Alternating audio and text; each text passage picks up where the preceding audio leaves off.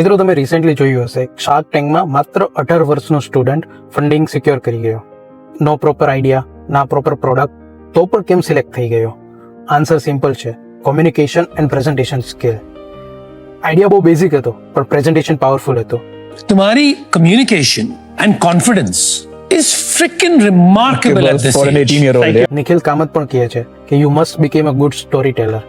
One thing you all should totally spend time on is to become better storytellers. મિત્રો આ 3 skill તમે જો early સ્ટેજમાં start કરી દીધી તો એ તમારા કરિયરમાં ગેમ ચેન્જિંગ બની શકે છે.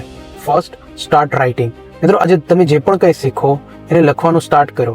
એ બ્લોગ, પોસ્ટ, એનીથિંગ એ તમારામાં થિંકિંગ અને વોકેબ્યુલરી સ્કિલ ઇમ્પ્રૂવ કરશે. Second, start expressing. મિત્રો જ્યારે પણ ચાન્સ મળે સાયલેન્ટ ના રહો, ઊભા થાવ અને બોલો.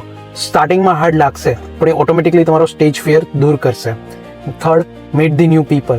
મિત્રો ક્રાઉડમાં સાઈડમાં ના બેઠા રહો, ઊભા થાવ અને નવા લોકોને મળો, ઇન્ટરેક્ટ કરો. એ તમારી સ્પીકિંગ કોન્ફિડન્સ ગ્રો કરશે.